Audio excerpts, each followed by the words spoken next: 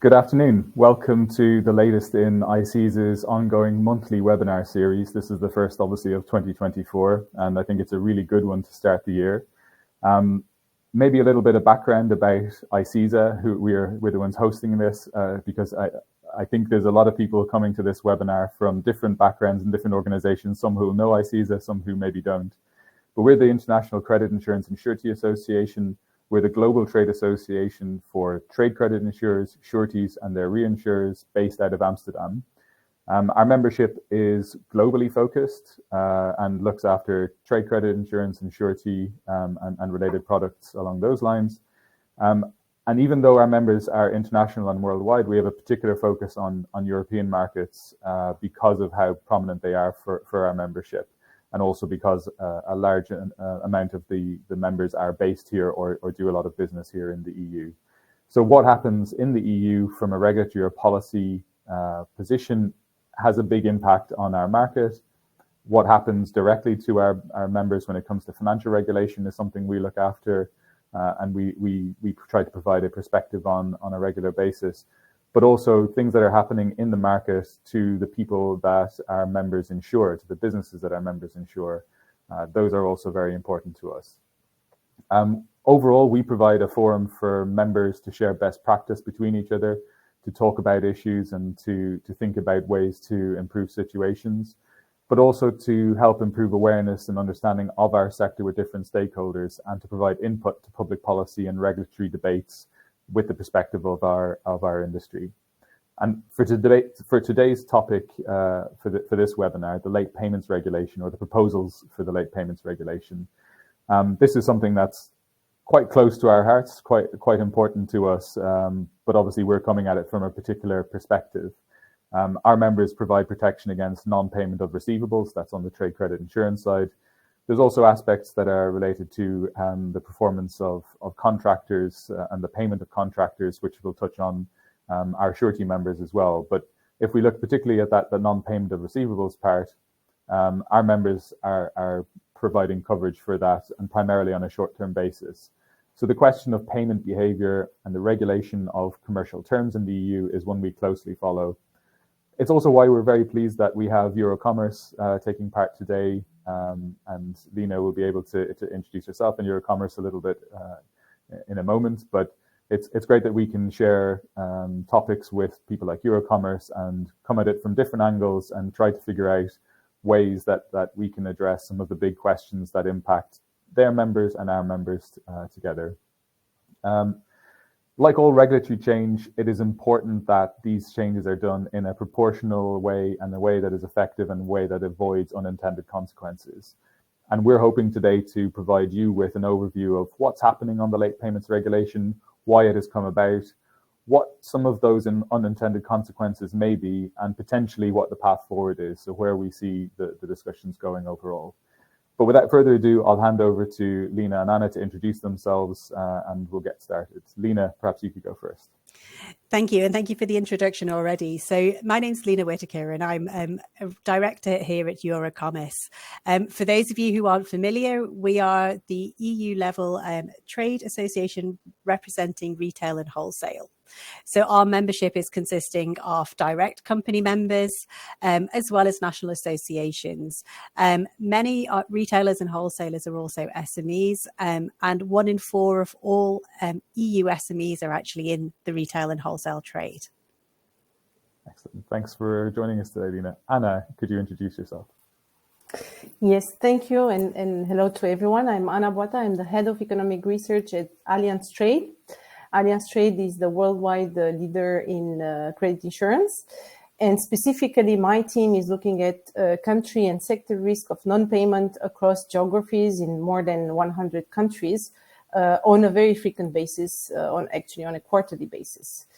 So we are here also today to support the rationale of this regulation and its economic consequences. Great to have you both with us today. Also, to point out some housekeeping for people who are watching online, you can ask a question to the panel in the questions button in the bottom right-hand corner of your screens. Just drop your question in there and we'll be able to pick it out and We will have some Q&A at the end, but if your question fits into the discussion that we're having, we'll draw it out. And so please make sure to put some questions in there as we're going along, and we'll try to get them as best that we can. But first, let's sort of set the scene a little bit. Lena, could you give me a little bit of background about what's going on? What are the proposals and what's driven them? What's the reason that we're seeing a proposed late payment regulation? Sure. So maybe the best place to start is turning back the dial to the State of the Union address in 2022. In that, President von der Leyen announced that she was going to come forward with an SME relief package, mentioning there that 1 in 4 of all bankruptcies in the EU were as a result of late payment. This was really a great initiative, an SME relief package, particularly given the traumas and the situation that SMEs have really faced in the recent times, whether it's with the energy crisis, rising inflation, recovering from the after effects of COVID. Obviously, in retail and wholesale, the COVID crisis has really affected the sector, with many shops being closed. And actually now is around the time that many of these due payments that maybe and loans that were made are now perhaps coming back. So part of this late payments package was the SME relief package was really the proposal for a regulation on combating late payments. It's not the first action that the Commission has done on late payments. It started really in 2011 with the directive. And since that time, there have been a number of studies looking at its effectiveness, how to improve it. And let's say the most recent was the launch of a EU late payment observatory that started and had its first meeting a couple of months before the proposal was made. So where the Commission is coming from is obviously to try to combat late payment. Clearly something that Eurocommerce supports. I mean, there has to be compliance with what's contractually put in place. And the method that the Commission has proposed in the regulation is that now there will be certain features that will, in their view, reach this target of actually combating late payments. The first one is a requirement that all invoices across the entire economy are paid within 30 days. So this would apply to, relevant for our sector, food and non-food, but actually for everything out there, it is the entire economy. It proposes that a verification procedure must be completed within 30 days. It includes that interest payments should be automatic. And then to strengthen enforcement, there should be a designation by every single member state of an authority that would then enforce the regulation. Similarly, and this is not really an issue that we have followed so much, that it imposes the same strict payment cap on government to business payments as well. So that's really the history, and I can probably also go into a little bit more detail on how we see it really on and the effects that we see it bringing. But one thing we also have seen is that what the Commission proposal is also based on is an assumption that there could never be such a thing as a long payment term. And this is something that you can see in the impact assessment. And unfortunately, we couldn't find the reference to how it's referred to, but it is said that 73% of all companies have been asked to accept higher payment terms than they are comfortable with. We haven't seen a source for that, but we see something similar in the SME panel.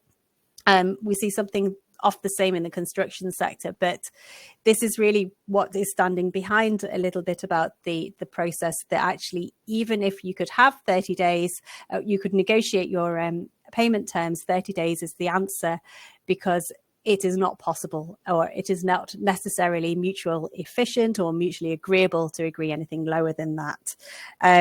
So I think there's a lot that has to be said about that particular one. And certainly one of the key things that we would like to see really understood in this debate is that there is actually a difference between a long payment term, one that can be agreed as part of commercial negotiations, and a late payment, which is really where the problem is. And that's where you have not complied with your contractual agreement.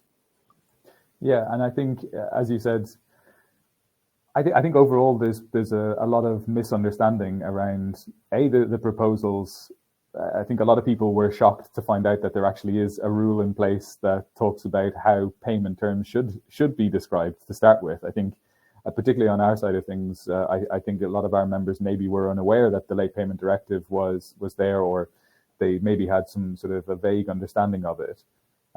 But then that there's a proposal to change it and to restrict those payment terms is another then step that then they have to come up to terms with. But as you said, what is being proposed or what is being discussed in the proposals is that there's a problem that needs to be solved, and that problem is late payment.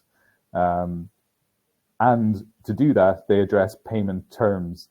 What do your members say when it comes to things like late payment? How big of an issue is it for your members? Is it something that they're saying that this is something really catastrophic and needs to be addressed immediately, or how were they approaching it before these proposals came about? Sure. So, I mean, for our sector, I think it's seen that on average payments is made 42 days. That's the average. And it's not for our sector. It's something that we say, right, let's start with the problem with contractual breach. It's more really about let's start with how we are negotiating our payment terms.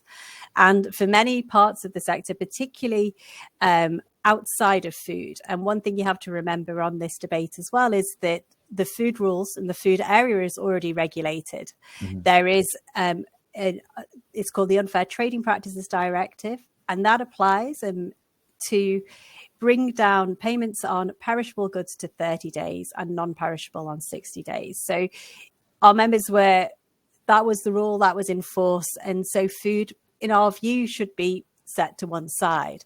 But when you start thinking about the other types of products that are involved, you're talking about durable goods. These are things that have a long shelf life, and actually for many businesses they take longer to sell. If you think about consumer electronics, a washing machine is not flying out the door every day, or any other different types of products that may have a longer shelf life that you may negotiate, including for textiles. And that's where payment terms are negotiated to match maybe with the time it takes to sell, so that you have more time to pay back your suppliers. Your stock rotation isn't going once every month. And that's where part of the element of the negotiation is. And that's what we see as being removed. And also one other element is that payment terms is just one part of the commercial negotiation. And given that this regulation will apply to all sizes of company, between all sizes of actors, this is also a problem because you're removing one element that could be negotiated.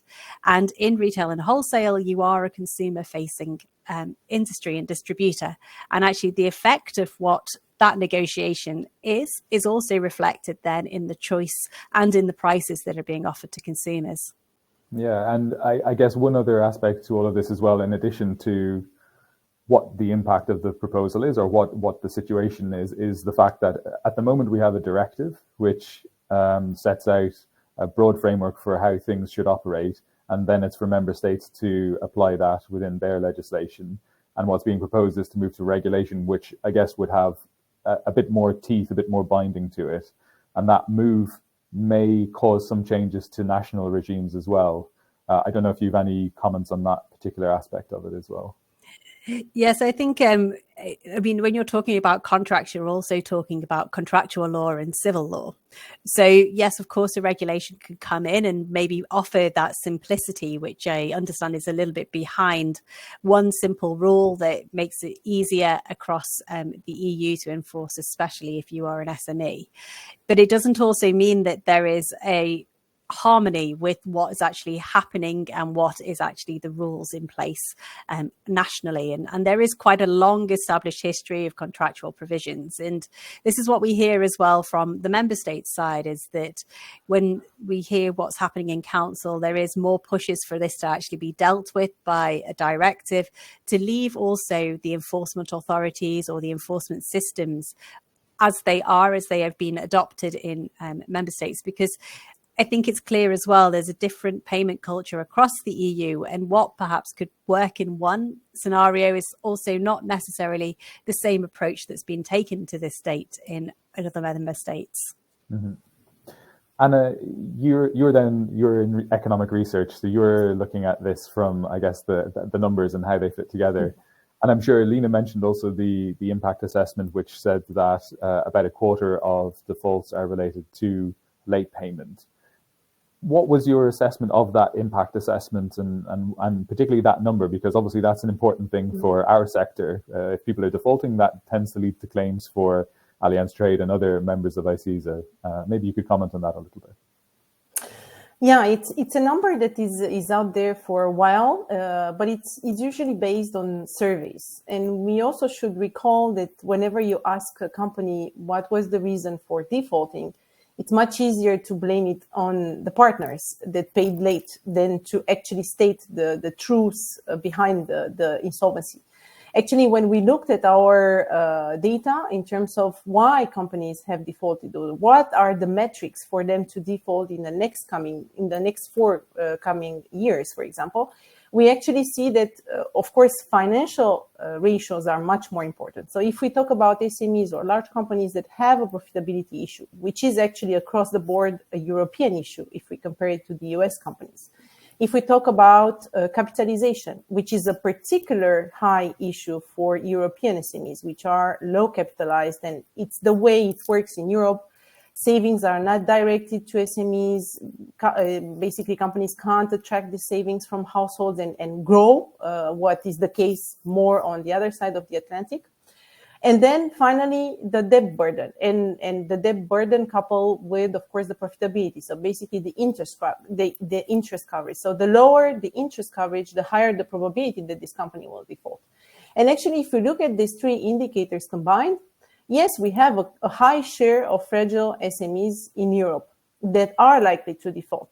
So we talk about 14% in France, we talk about around 20% in Italy, around 10% in Germany. So these are relatively high numbers, which are stable, that have reduced a bit after COVID with all the state support measures. So basically, a number of companies have gained some time after COVID because, of course, they were in this fragile situation, financial situation already before. But clearly, the late payments could be an accelerator for some of them. So we don't need to deny this issue of late payments. But now going back to what Lina was saying, let's also take a look at business practices globally. Actually, globally, when we look at data, we are at 47% of companies that pay above 60 days. Of course, if we look across regions, there are companies that pay faster than others, with the Americans that are best in class without any regulation. So it's also about financial strong fundamentals and being profitable. Then, of course, after Americans, Europe. But then we have Asia, which is a very important partner for Europe, which pays actually at more than 70 days. And even China that pays at close to 80 days. So I think it's very important to understand also what's happening outside Europe. And then, of course, we have sectors specificities and we have business practices among sectors themselves. So it's true that retail and wholesale are one that are best in class when we compare it to the 60 days. But this is the business model itself, right? And it's there for ages. Of course, it's much higher than the 30 days. But then let's look at the 60 days already. And here we have electronics, we have telecoms, we have machinery and equipment, automotive.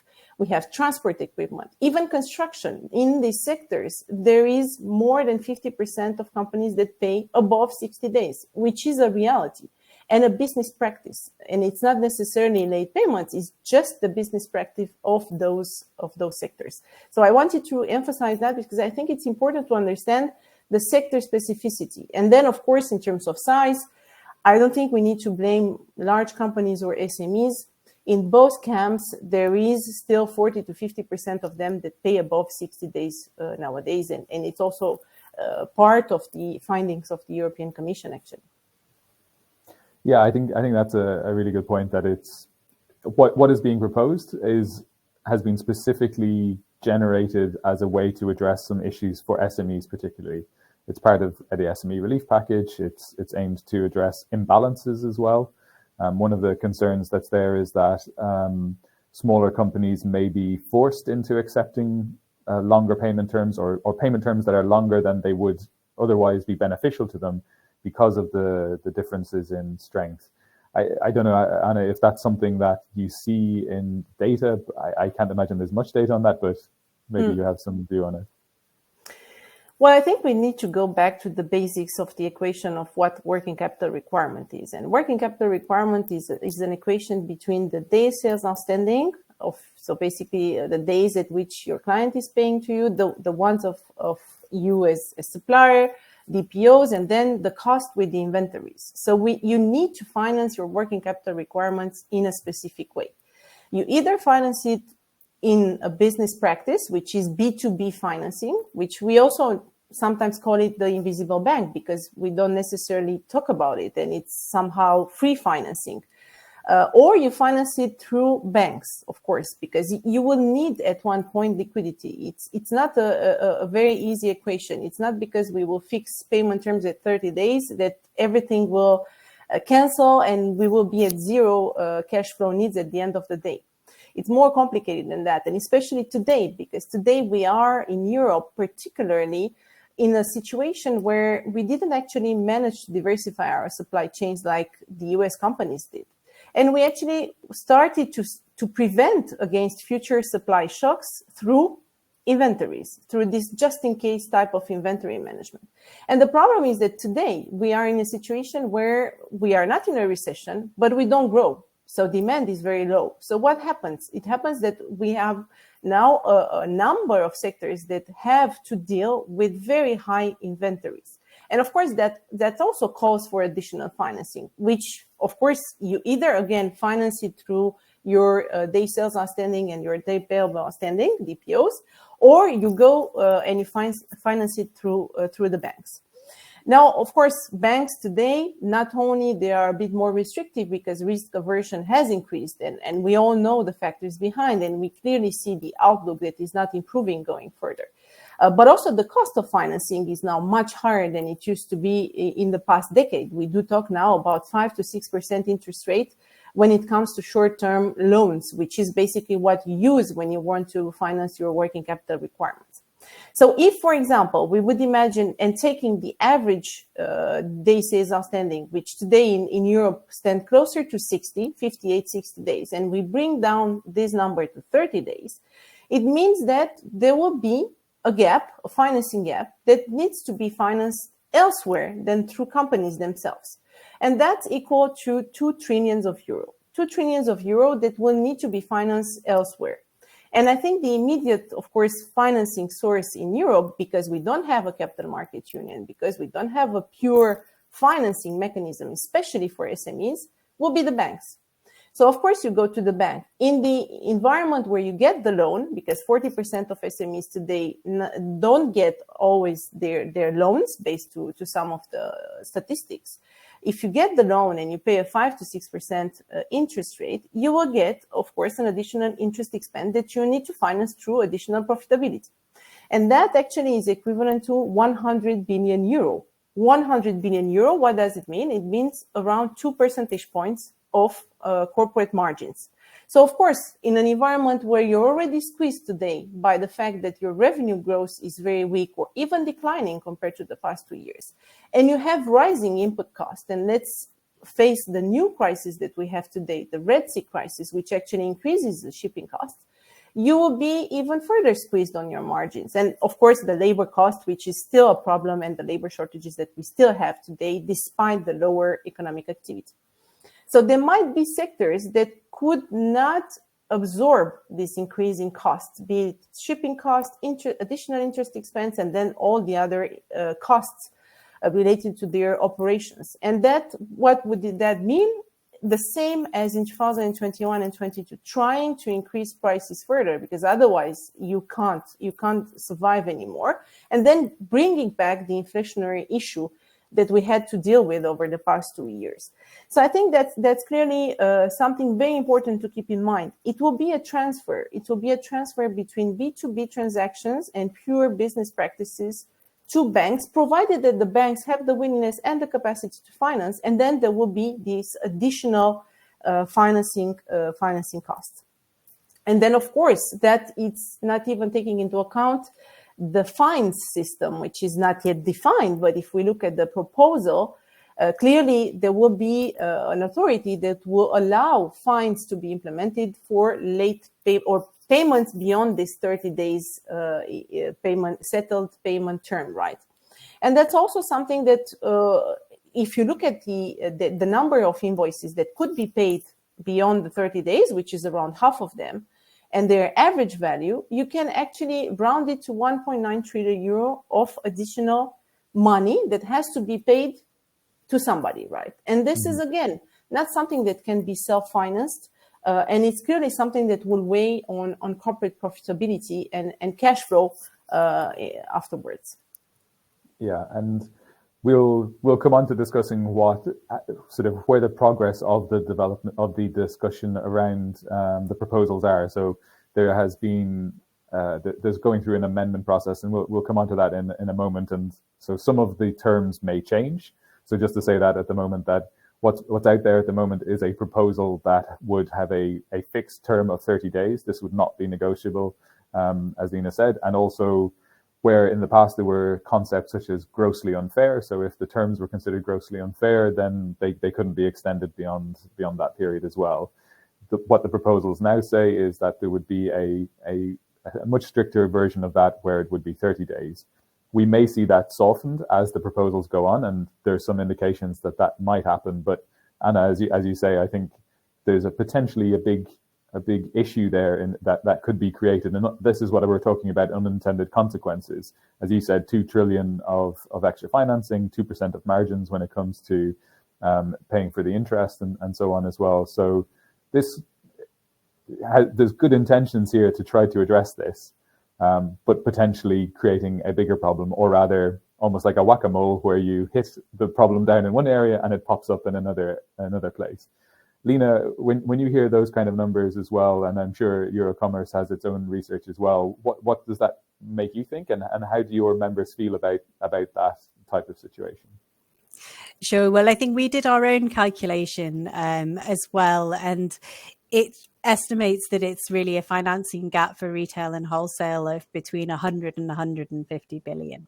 So that's huge, and it's also has a direct consequence, we believe, because, okay, so you're now giving the options on the table. What is it that you can do? You need to go and try and find that finance.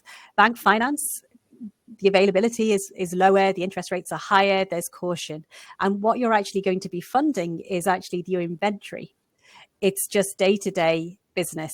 This is not really that much value. And I'm sure your members know this more than I, is that normally your progress is that you go to the bank to actually grow your business. But no, you're actually going now to run and finance that actual day-to-day. So that consequence, I think we see, I mean, for large companies, they will perhaps more easily have that conversation with the bank to be able to find that money. For SMEs, particularly in retail and wholesale, given what we already know and what we see on our own high streets, it is not looking that great for them at all. And so that is the consequence that we see in this. And one of the big things is also that there is no contract with the consumer. When you take that and you decide that you're going to stock that item, you are actually pushing it onto your risk, your own risk. I hope I make the sale. You have no guarantee, and you hedge your bets, let's say, with your payment term that you're negotiating.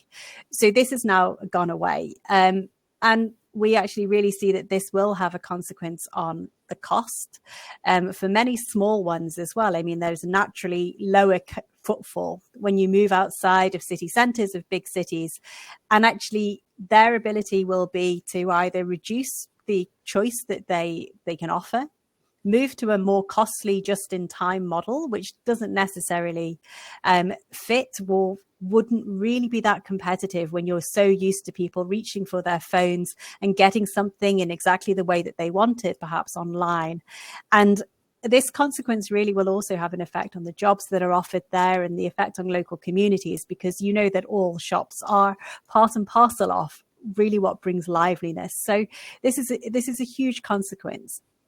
Also, there's other parts that come as the other intended consequence that we see is that this shift in cash flow will also move a lot to the large multinationals. Often they're non-EU large multinationals that will get this cash flow more quickly.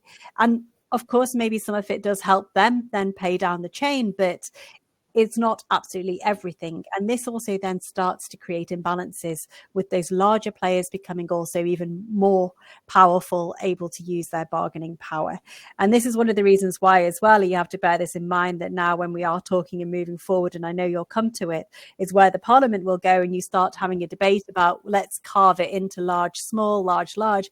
But you also have to consider how the large are using distribution and how they are set to gain from this as well. So there's a lot of big issues. And I mean, the resilience one that I heard Anna mention as well. I mean, you are essentially discouraging holding of stock because it's more costly. And actually with the recent troubles of the invasion of Ukraine, with COVID, having that in your stock rooms is actually a better way to be able to manage sudden peaks and troughs in demand. It helps keep the prices stable as well. And actually for a consumer, this is incredibly important. And this is where we also see the effect on the consumer hasn't being completely taken into account as we see it in the impact assessment. I mean, certainly having 30 days is manageable, it is possible, but actually it will have the effect on affordability and choice as well. So it's quite a big one that we see as really the consequences. And I guess we had a good practical example, and we have it every year, which is we just had Christmas, which is one of those periods where you have a lot of retailers who will stock up during the year, several months in advance of Christmas, and then only generate the sales literally for a couple of months at the end of the year. And I guess this is one of the examples, or the other one that's come up through the European Parliament that's been highlighted is booksellers who may purchase a lot of bulk, but it may take them quite a while to sell that.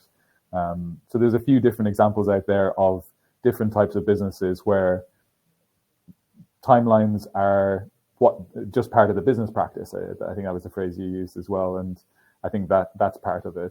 I think something else that has kind of been missed in some of the proposals as well is that it's often looking at things where the small company is the one that's being forced and is the one that's paying on a certain time scale or being paid on a certain time scale.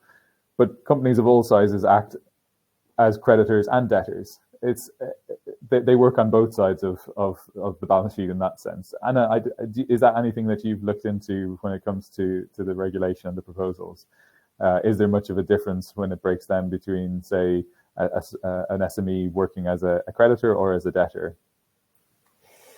Yeah, no, clearly, I think it's a very important point to take into account when we also think to the fact that, again, we do business not only among the European member states, but also with extra European states.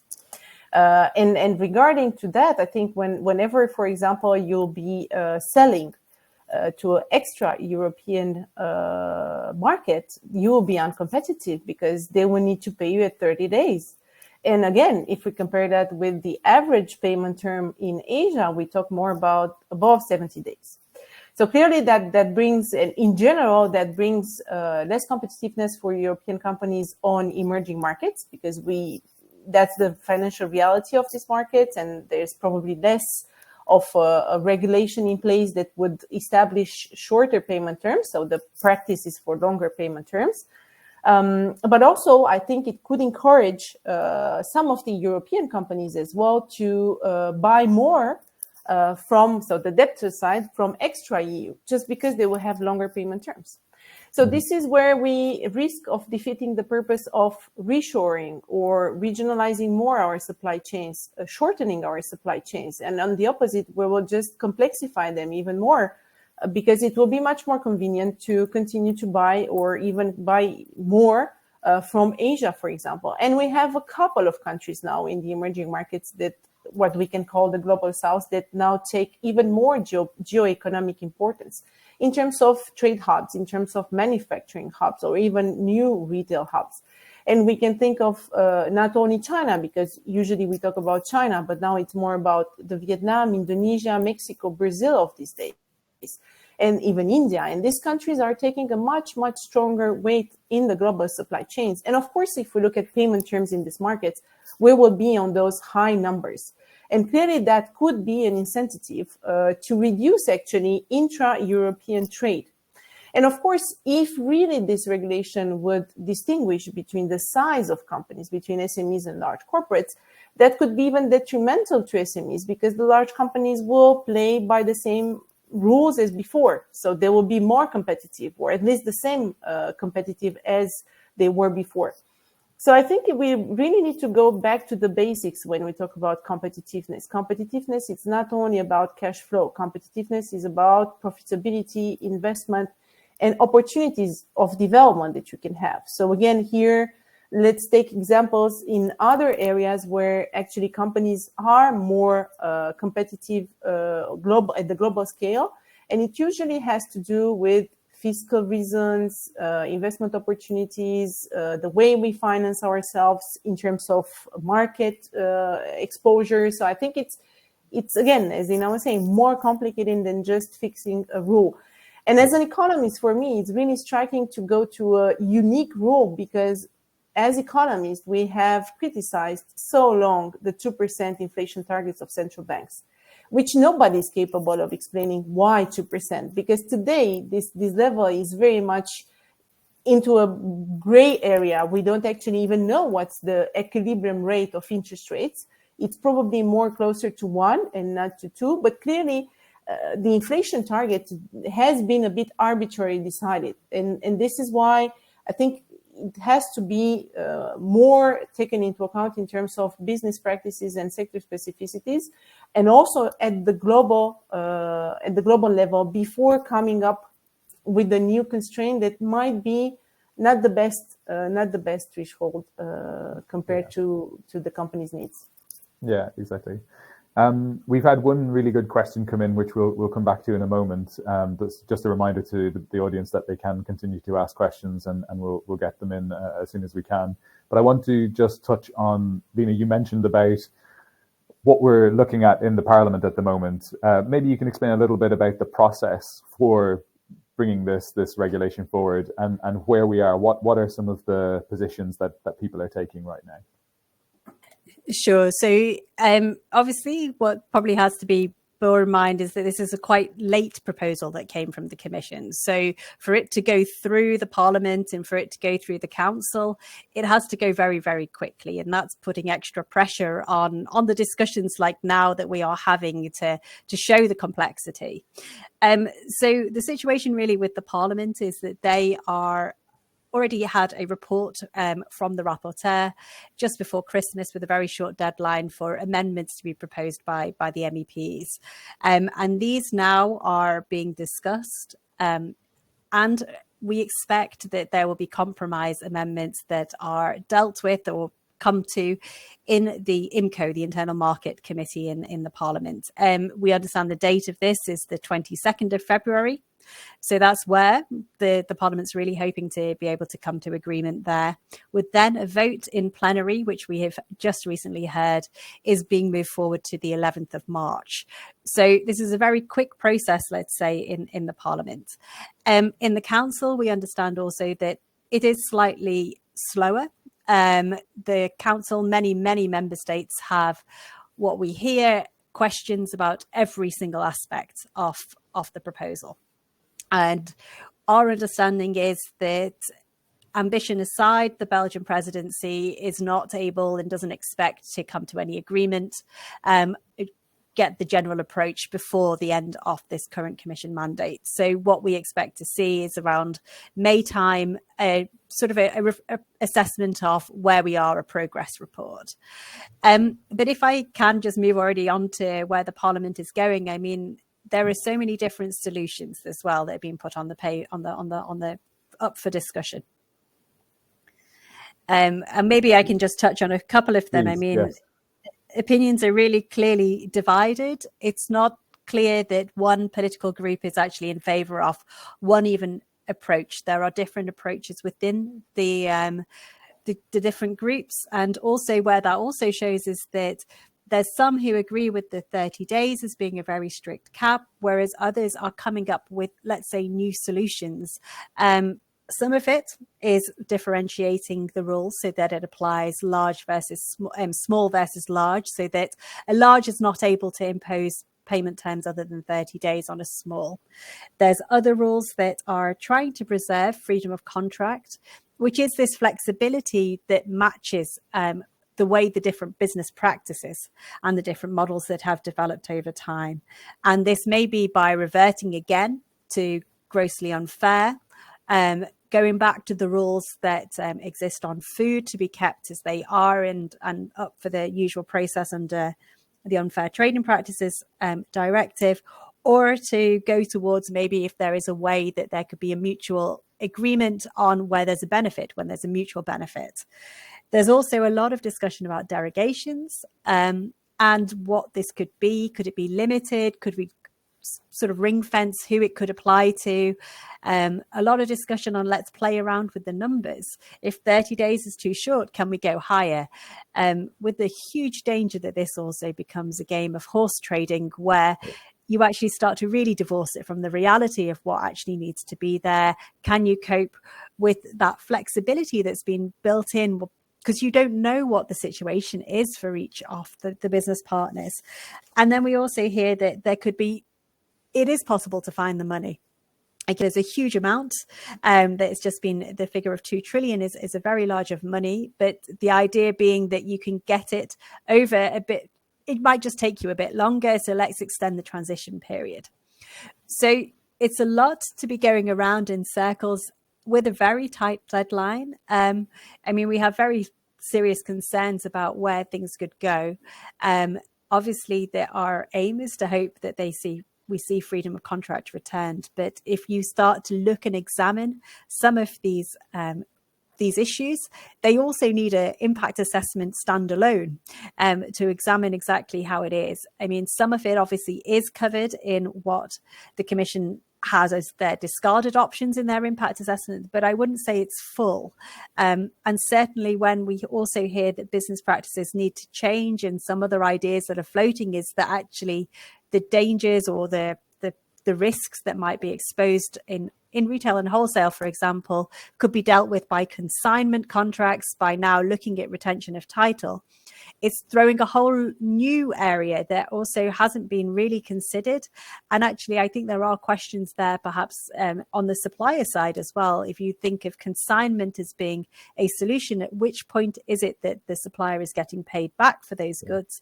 It's actually potentially later than your 30, 60 days that you may be willing to negotiate, with additional levels of risk and complexity if you push it towards complicated negotiations about who owns the title, who retains the title. So let's say that in the Parliament it is a little bit here, there and everywhere, and but they have the ambition to get this signed off by the 11th of March. Yeah, exactly. And as you say, deadlines are tight. There are European Parliament elections in the summer. The European Commission is changing over. There are several member state elections going on, or where I am at the moment, the Netherlands, we're still figuring out what the government will look like as well. So the European Council position may change going forward as well. So there's a lot of things in the air, or up in the air, and trying to figure out where they might land. You also touched on a very important point, which when it comes down to, there's all sorts of different options, and some of them could be to use language that's already there, like grossly unfair. And the challenge against that is pretty fair, which is this is already proven to be pretty poorly enforceable, as in it's very hard to enforce something where it's not well defined and it's not that strict. If I go to the question, which I think kind of touches on this, which is basically, if stricter payment terms are not the solution, what kind of safeguards can be put in place to protect weaker commercial partners? And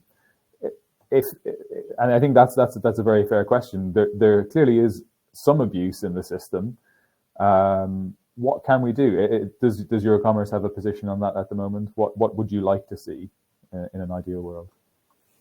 Sure, I understand, and I think it's become clear in the debate that the concept of grossly unfair doesn't seem to have solved some of the problems of late payments. But what we want to see is actually a solution that will combat that contractual breach. As I mentioned, I think earlier, there is a EU payment observatory. And this is actually looking as well, in their first report was published just before Christmas.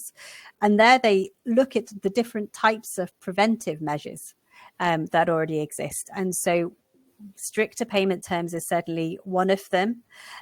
Increasing transparency, supporting invoicing, digital skills to also help maybe even the very basics of some companies who might be sending invoices with the wrong information on it, which also causes practical delays, not intentional, but it means that there can be a delay if the amount that you've ordered doesn't match what's on the on actually the invoice, or there may be a digit missing. I mean, these small things happen, but there could be work that could be done there.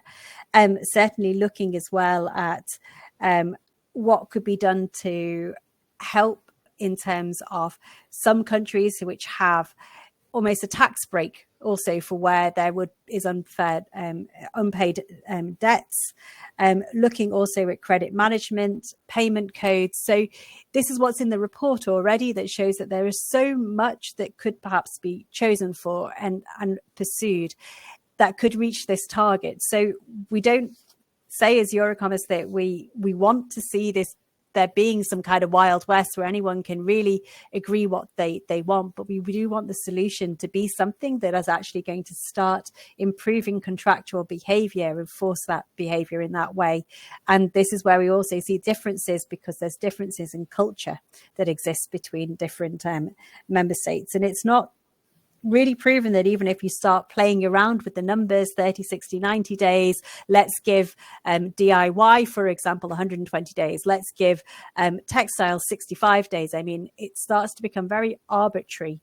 And also, I think the Commission itself, okay, it's a study from 2015, did find that several countries that did have stricter legislation, for example, in this case, it was Denmark, Finland, and Sweden, they more traditionally have a robust payment culture. And they had said that they hadn't really seen that this strict payment term was the one that did the trigger to actually bring sort of late payments down. Yeah, and I think that's an interesting point as well. And also, as you were saying, that you could start dividing everything into different sectors and saying this will be the rules for this part and this will be the rules for the other part.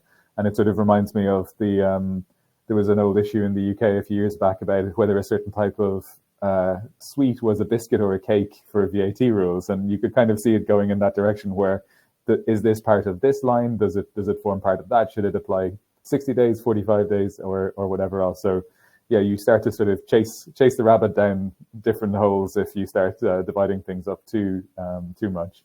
And if I turn to you, we can see that there's quite a lot of potential impacts here, and you've touched on quite a few of those.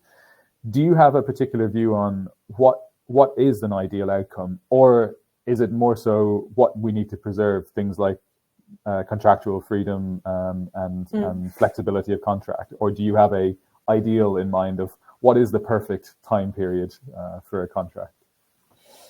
Well, in our business, what we hear is that there are already some national laws that are enforced and that work very well. And if I give here the example of Belgium, for example, or even Netherlands, actually our colleagues on the market see it relatively well established. And actually what the national law says is that whenever you have a contract in place, you agree on a certain payment term. So basically the freedom of contract. But when you don't have a contract in place, let's imagine that you're a smaller structure or a very small SME, or it's the first time that you partner with somebody and you don't necessarily know. So the first time it's without any negotiation and contracts in place, then you would establish a certain payment term. So it's basically, it becomes the by default rule for B2B transactions, but there's also the room to actually be able to negotiate, especially if you have a long-term relationship and you have actually practiced something for maybe decades, right? And then I think we need actually to, you might say that I'm a fan of the US rules, but let's go back to what are the US rules. And there we have a regulation in place, which is actually that the public authorities have a strict payment term in place, which is 30 days. But that's the only rule that exists in the US. When it comes to B2B, we don't have any strict rules. So I think even here, we should actually look at the numbers and see that beyond the 60 days, the public authorities pay at least 15 to 20 days later. than the 60 days. So, right. So there's also an issue there. And I think all companies would be actually even very happy to be able to have differential payment terms when it comes to B2G or B2B. But B2B, again, it's a business practice. It's something that is in place for decades, and it's also cultural. As Nina was saying, if we look at the Southern European countries, Italy, for example, has a quite restrictive law in place, which is 30 days. But again, you have the possibility to actually negotiate your payment terms. So in the end, the average payment term in Italy, despite this law, is 80 days. So it means that the businesses in Italy go for longer payment terms because it's cultural, it's something that they have done for decades, and this is what they agree upon. But they have the framework to go for 30 days if really they want to. So I think it's important to have this flexibility. And again, there might be other examples like France and Spain where there's a sort of flexibility after the end of the month. So in the end, the maximum payment term gets to 75 days in France, for example. That might be something. But again, we go into the thresholds, which might be a bit arbitrarily established.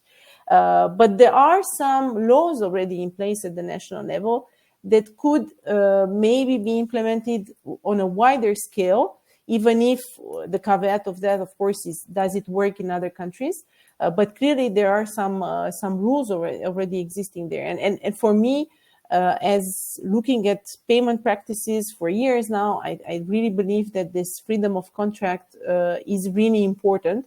But having some frameworks in place for some more fragile companies. There are also companies that need to agree to longer payment terms, of course, not the majority.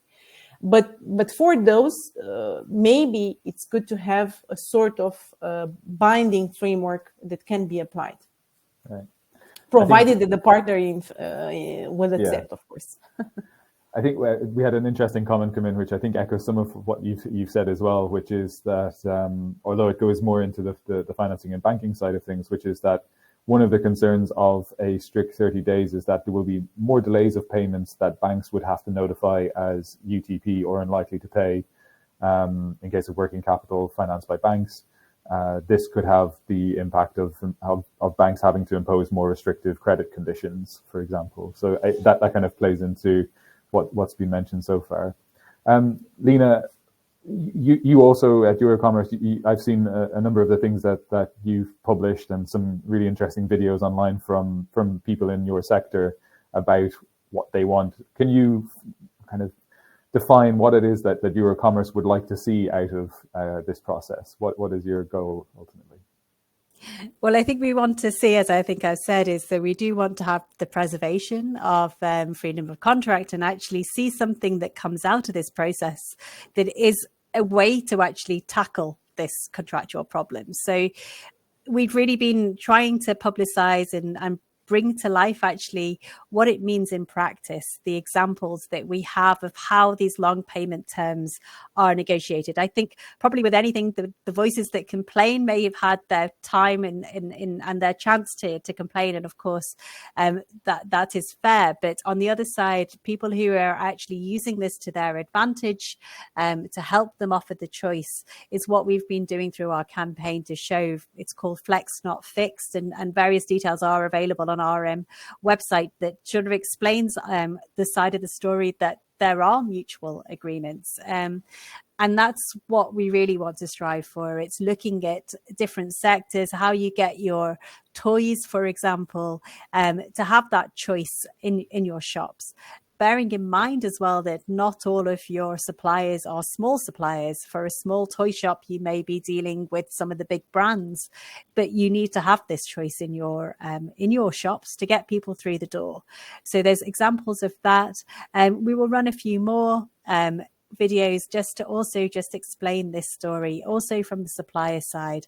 So it's also one important thing that I haven't really brought out is that also in our membership is that we have wholesalers. Mm-hmm. And they are the invisible bank that was mentioned earlier on.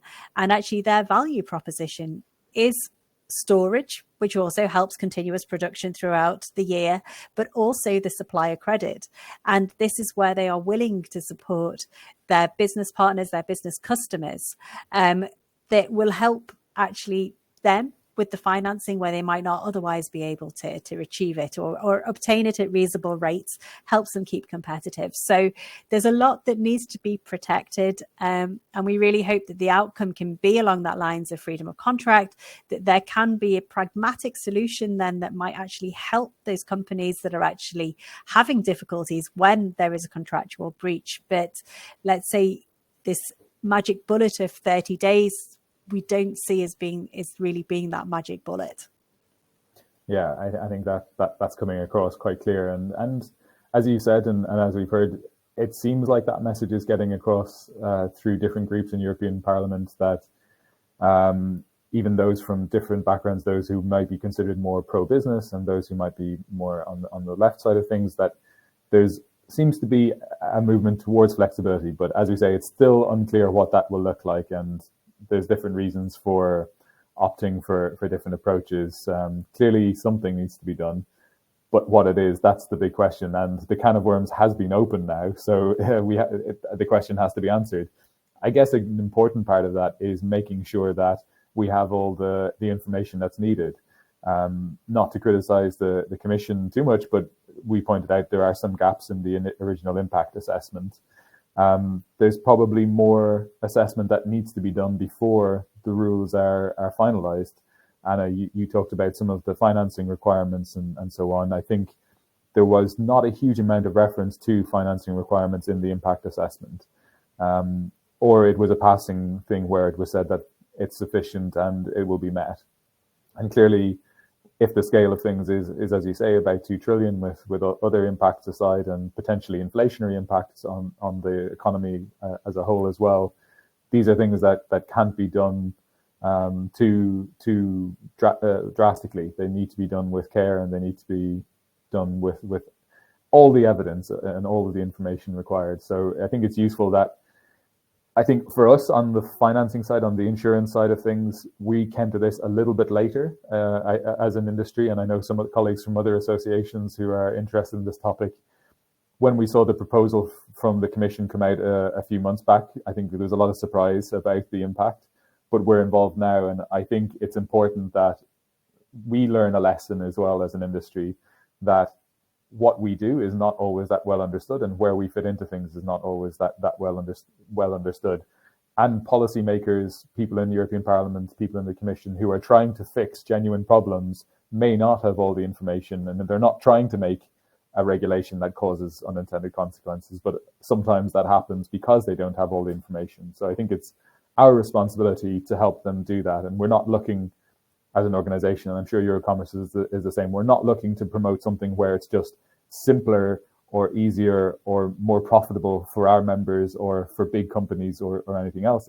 We want to see a system that works because late payment is a problem, because of all of the different things that we talked about today. We're just about to run out of time, and I don't think there's any more questions that are coming in. Any final thoughts from both of you? What's your expectation, and where do you think it should go from here, Lena? Sure. Well, I would say that, I mean, obviously it's in the name of our campaign, is that we want flexibility, not fixed. And that's what we really hope, is that there can be a balanced solution, as you say, that really tackles the problem. Yeah. Anna, anything final from you? And for me, I think, again, it's very important at the crossroad of supply chains today to really consider Europe as part of the global supply chains. Even if globalization efforts have stalled since the previous US presidency, there have been important changes in supply chains, and they're still complex and still there and very integrated. So we really need to carefully analyze that, so that we actually don't reduce competitiveness of our companies. Because, to be honest, Europe is not very well placed currently, and for a number of reasons which we know. And any additional supply shock in a very constraining environment would actually be even more negative and risky for companies if we want to actually talk about bankruptcies. If we want to talk about bankruptcies, another important trend that we should keep in mind is that despite the huge COVID-19 support, we have had a normalization in business insolvencies to pre-COVID figures already in Europe, much faster than in other markets, Asia, China in particular, or the US. So again, that should ring a bell also in the sense where the company's financial strengths are today in Europe, and what are the reforms that we need to implement in order to really give this competitiveness edge compared to the rest of the world, and not restrain it, actually. Great. Thank you very much, both to Lina and Anna, for your contributions. I think it was a really interesting discussion. To those who are watching, thank you for your attention. Thank you for your questions. You can watch it again later if you so wish, or to pass it on to colleagues who couldn't attend. And also to remind people, we have ICISA's Surety Week, where we look at the surety market and lots of different topics related to it. That's coming up on the week of the 19th of February. So there's 8 webinars across that entire week. So please check that out. But thank you again to our speakers, and hope we can talk again soon. Bye. Thank you.